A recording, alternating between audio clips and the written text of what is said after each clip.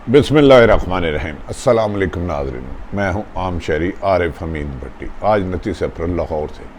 नाज़रीन, एक तरफ जानते हैं आप, हमारे हमसाया मुल्क कोरोना ने तबाही डाली हुई है। इंसानियत की तस्लील जहाँ हो रही है वो काबिल बयान नहीं। पूरे दुनिया में इस वक्त कोरोना की वबा फैल चुकी है। पाकिस्तान में 2018 में इलेक्शन हुआ, बहुत सारी कौम ने पहली दफ़ा वोट डाला। इमरान खान उनकी उम्मीद बन गए। मादी में कुछ हुक्मरान जो भी आए माशाल्लाह भी लगे, और खसूसन जमहूरी हुकूमत में आए। पीपल्स पार्टी और नून लीग ने 3-3 साल हुकूमतें की, लेकिन मुबैना तौर पर एक दूसरे पर अरबों खरबों रुपये के करप्शन के, लुटेरों के, लूट के, चोर बाजारी के इल्ज़ामात लगाते रहे, और संगीन इल्ज़ामात लगाते रहे जिनके लिए अल्फाज भी कम पड़ जाते हैं। इमरान खान सबसे लोगों को उम्मीदें वाबस्ता थी।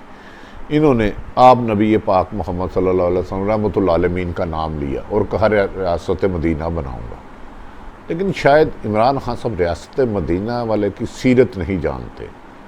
खैर, इक़्तिदार संभाला, दुनिया ने पहली दफ़ा वोट डाला, इस पर तफसील बताएंगे। और दूसरी तरफ ऐसा लगता है जैसे जैसे दुनिया में पाकिस्तान की इज्जत बढ़ती जा रही है, अमेरिका, रशिया, चीन पाकिस्तान के करीब आना चाह रहे हैं और पाकिस्तान की सुपर ताकत को माने। पाकिस्तान की इस्टेब्लिशमेंट और अदलिया एक दूसरे के सामने आ रही है।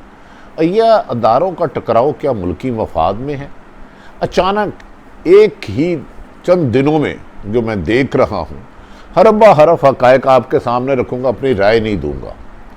मुझे इससे गर्ज नहीं कि आप कौन सी जमात से हैं कौन सी नहीं। मेरे लिए आप सब काबिल एहतराम हैं। हर सियासी जमात मेरे लिए काबिल एहतराम है जो हराम का पैसा नहीं खाते, और हर अदारा जो रिश्वत नहीं लेता, और जो किसी के साथ जुल्म नहीं करता, किसी की हक तलफी नहीं करता। लेकिन अचानक कुछ लोग अदारों का टकराव चाह रहे हैं और खौफनाक टकराव चाह रहे हैं। इस पे जस्टिस फ़ायदी साहब की गुफ्तगू बताऊंगा, मरियम नवाज़ की, और लाहौर हाई कोर्ट के मोहतरम ऑनरेबल चीफ जस्टिस की। क्या ये अदारों का टकराव कोई एक खौफनाक खेल की तरफ तो नहीं जा रहा? यहाँ मामूल की बात है, ऐसे होता रहना चाहिए, होता रहा है। ये फैसला आप खुद कीजिएगा। पहली स्टोरी पे आते हैं। हाँ नाज़रीन, वज़ीर आज़म इमरान खान साहब ने 22 साल जदोजहद की, बहुत बहुत जल्द से की। नई यूथ उनके पास आई, ओवरसीज़ पाकिस्तान आए, और उन्होंने इमरान खान को अपनी ख्वाब की तामीर समझा। इमरान खान ने दावे भी किए, बिजली, गैस, और जब चीज़ महंगी हो जाए तो समझे आपका प्राइम मिनिस्टर चोर है, मैं वर्ल्ड बैंक के पास नहीं जाऊंगा, इस तरह के दावे किए। मुझ समेत हर आदमी समझता था ये आएंगे तो पाकिस्तान बेहतर हो जाएगा।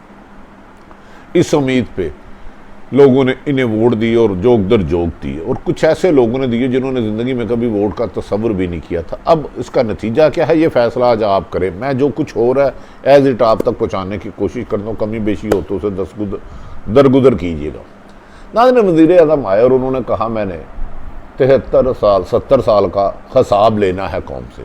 इसमें बीच में कायदे आज़म का एक साल भी डाल दिया। चलो भाई, नवाज शरीफ ने लूटा, जरदारी ने लूटा, मुशर्रफ दौर में लूटा, अयूब दौर ने लूटा, क्या अल्लाह भला करे ज़ियाउल हक ने लूटा, नवाज शरीफ ने लूटा। आपने कायदे आज़म का साहब भी मांग लिया। लेकिन अब 3 साल बाद मैं आपसे सवाल करता हूँ, वज़ीर आज़म साहब, आपने मुबैना तौर पर नवाज शरीफ और शहबाज पीपल्स पार्टी अरबों खरबों के इल्ज़ामात लगाए, जिनमें काफ़ी हद तक ये दोनों जमातें एक दूसरे पर भी लगाती नहीं। अब मेरा सवाल एक है, इन दोनों की आदत से, शरीफ फैमिली, जरदारी फैमिली से कितने पैसे आपने निकलवाए आपकी हुकूमत से? हुकूमत इस वक्त से सवाल है, सारे किसी एक फ़र्द वाहिद से नहीं। इमरान खान साहब मैं आज भी कह रहा हूँ कंपैरेटिवली बेहतर है, ऑनेस्ट हैं, अल्लाह ताला उन्हें हिम्मत दे। लेकिन उनकी नाहल करप्ट टीम उनकी तबाही का बायस बन रही है, और उसका एहसास उन्हें बहुत जल्द हो जाएगा। वक्त किसी का नहीं होता, ये अपने फैसले खुद करता है। सिर्फ शरीफ फैमिली की डिटेल आप बता दे, जरदारी साहब की उनके में से जितने अरबों खरबों के इल्ज़ाम लगाए, कितने पैसे रिकवर किए आपने? पैसे, और इनकी सिक्योरिटी पर, इनके मुकदमात पर पैसे लगाए कितने, ये भी ज़रा ये हुकूमत आवाम को बता दे। इनके 5-7 एडवाइज़र हैं, रोज़ाना आके तकरीरें करते हैं, प्रेस कॉन्फ्रेंस करते हैं, मीडिया टॉक करते हैं, और उनका हक़ है, सियासतदानों को करना चाहिए। लेकिन कौम की रहनुमाई के लिए ये बता दें, जिन पर वो मुबैना अरबों करप्शन के लगा रहे थे उनसे रिकवर किए, और उनकी सिक्योरिटी पर, उनके मुकदमत पैसे लगे कितने हुकूमत के? वज़ीर आज़म आज भी ईमानदार है, लेकिन आपने 72 सालों का साल मांगा, कायदे आदम का साल छोड़ दें मेहरबानी करें, लेकिन साथ 3 सालों का भी हिसाब दे दें। इस दौर में भी करप्शन में कहीं कमी नहीं हुई। आपके कुछ लोगों ने करप्शन के खात्मे पर जितनी करप्शन की है वो भी अपनी मिसाल आप ही है, लेकिन इसका भी आने वाले वक्त में जो हुकूमत आएगी करेगी। लेकिन इमरान खान साहब, आपकी जद्दोजहद ठीक थी, लेकिन आप तक हक़ाइक़ नहीं जाने दी। अब अचानक मरीम नवाज़ ने पाकिस्तान की इस्टेब्लिशमेंट को कमज़ोर करने की कोशिश की। उन्होंने इल्ज़ामत लगाए कि हम कश्मीर का सौदा नहीं करने देंगे, कोई भी बाज़मीर आदमी कश्मीर का सौदा नहीं करने देगा, हम भारत के आगे नहीं गिरेंगे। भारत ने हमसे माफ़ी मांगी। मरीम ने जो संगीन इल्ज़ामत लगाए, मेरा ज़बान गवारा नहीं करती। आपके वज़ीर आज़म शाहिद हक़ान बासी ने आर्मी चीफ कमर जावेद बाजवा से कहा था, खुदा के लिए भारत के साथ ताल्लुकात अच्छे करें। मैं इस डिटेल पे नहीं जाऊँगा। आपने कल कहा कि प्राइम मिनिस्टर साजिशों का गढ़ है। आपने ये नहीं बताया कि पहली दफ़ा सुप्रीम कोर्ट पे हमला किसके दौर में हुआ था। आपने ये नहीं बताया कि आपके दौर में होने वाली अरबों करोड़ों रुपए की करप्शन के ज़िम्मेदार कौन थे। आपके दौर में ये बताया गया जरदारी हुकूमत के बारे में, मुबैना अरबों डाकू चोर 10% कहा गया। आपने ये नहीं बताया कि आपने जरदारी से क्या रिकवर किया। आपने ये नहीं बताया कि आपके दौर में होने वाले खरबों रुपए पाकिस्तान का मकरूज का ज़िम्मेदार कौन है। लेकिन आपका टारगेट सिर्फ और सिर्फ इस्टेब्लिशमेंट थी। आपने उन्हें कसूरवार ठहराया। इसके बाद जस्टिस फ़ाइद ईसा केस का भी चला, आप उनकी वकील बन गई। मेरी तो समझ से बाहर है, सुप्रीम कोर्ट पर हमला और आप उनकी वकील बन गई। और फ़ाइद ईसा ने भी बार बार इस्टेब्लिशमेंट को टारगेट किया। ये अदारों को टकराव कराने की क्या वजह है? आपने बहुत दफ़ा कहा और इस कदर अदारों के बारे में अल्फाज इस्तेमाल किए जो मैं बयान नहीं कर सकता। आपकी गुफ्तगू से ऐसे लगता था आपके दौर में आपने कहा इन जजों को बाहर फेंकेंगे, इन्हें छोड़ेंगे नहीं, हमारे लोहे के दांत है, ये 5 लोग कैसे बैठे हैं, फैसले कोई और लिखता है, पढ़ता कोई और है। अब नाज़रीन, मैं आपको कल हाई कोर्ट के मोहतरम चीफ जस्टिस काबिल एहतराम चीज़ कासम खान साहब की कुछ गुफ्तगू सुनाता हूँ, रिमार्क सुनाता हूँ जो उन्होंने अदालत में किए। फैसले आप करें, अदारों को टकराव करके मुल्क के लिए कौन नुकसानदेह चाहता है। उन्होंने फरमाया, मैंने 11 साल बतौर जज फ़राइज़ सर अंजाम दिए, कभी डर के फैसले नहीं, इज़्ज़त के लिए यहाँ बैठा हूँ। चीफ जस्टिस कासम खान साहब, इस मुल्क को तमाशा बना दिया है चीफ जस्टिस कासम खान साहब। आर्डर की कापी मिल जाए तो बेहतर होगा। वकील DHA,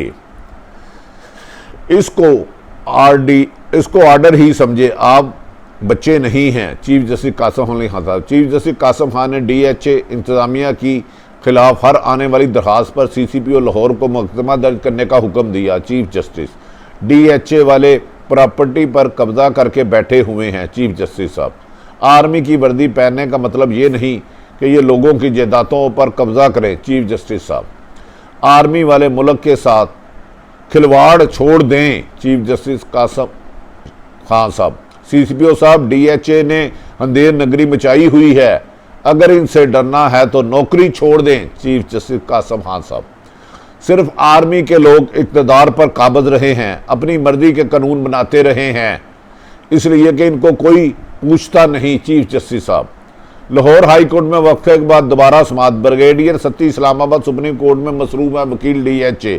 कल मैं दोबारा आ रहा हूं, जितनी कोठियां कब्जे की ज़मीन पर बनी हुई हैं सब गिरा दूंगा। चीफ जस्टिस कासम खान साहब, इस ब्रिगेडियर को कह दें कि सुबह रिकॉर्ड लेकर आ जाए। चीफ जस्टिस कासम खान साहब, चीफ जस्टिस कासम खान ने DHA के ब्रिगेडियर सत्ती जो फौरी तलब कर लिया। ब्रिगेडियर सत्ती अपने स्टार उतार कर आए। चीफ जस्टिस कासम साहब, ब्रिगेडियर को यहीं से जेल भिजवाऊंगा। चीफ जस्टिस कासम साहब, IG पंजाब और CCPO फौरी तलब।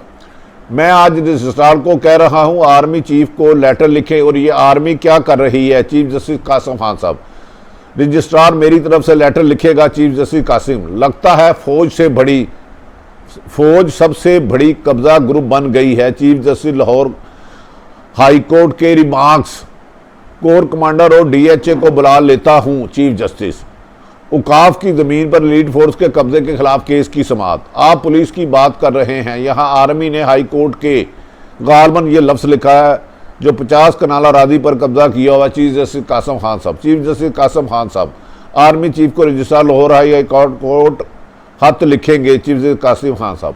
नाज़रीन, ये बातें chief justice Lahore high court Qasim Khan साहब ने रिमार्क्स दिए, इनमें से मेरा कोई लफ्ज़ भी नहीं है, ये उन्होंने कल अदालत में दिए। मरियम नवाज़ ने और मौलाना फजलुर रहमान ने भी एस्टेब्लिशमेंट को ललकारा है, और ऐसे लफ्ज़ों में ललकारा है मौलाना फजलुर रहमान ने कि मैं बयान नहीं कर सकता। उन्होंने कहा कोई जमहूरी हुकूमत नहीं इसलिए ये हुआ है। नाज़रीन, कायद फ़ायद ईसा साहब का भी मुकम्मल केस सुने, उनके रिमार्क सुने, उनकी मोहतरमा सरीना साहब का केस सुने, मरियम नवाज साहबा की गुफ्तगू सुने। ऐसा लगता है कि जानबूझकर सियासी नाकामियों के बाद कुछ लोग अदारों का टकराव चाह रहे हैं। खुदा न खास्ता, अल्लाह ना करे। क्या इस किस्म की गुफ्तगू मैंने माजी में कभी नहीं सुनी। किसी को भी अख्तियारा से तजावुज़ नहीं करना चाहिए, कोई अदारा हो, सियासतदान हो, और किसी को भी कानून को हाथ में नहीं लेना चाहिए। लेकिन जुल्म की ये रात बढ़ती जा रही है, इंसाफ का सूरज तुलू ही नहीं हो रहा, गरीब गरीब से गरीब तर होता जा रहा है। करप्शन इतनी ताकतवर हो गई है कि जिसका हिसाब नहीं। माजी में लूटने वाले अरबों खरबों रुपए के इल्ज़ाम तो लगे, इनकी इंक्वायरियों पर अरबों रुपया खर्च हुआ, लेकिन कौमी खजाने पर एक नहीं आया। 97% गरीब आदमी भूख से मर रहा है, लेकिन चंद सियासत खानदान आपस में लड़ रहे हैं। कुछ इक़्तिदार से चिमटा लाना चाहता है, कुछ इक़्तिदार से दूसरों को गिराना चाहता है। मरियम नवाज़ की गुफ्तगू पिछले 4-5 दिनों से सुने। उन्होंने कहा कि हम कश्मीर बेचने नहीं देंगे, भारत को किसी को भीख में नहीं देंगे।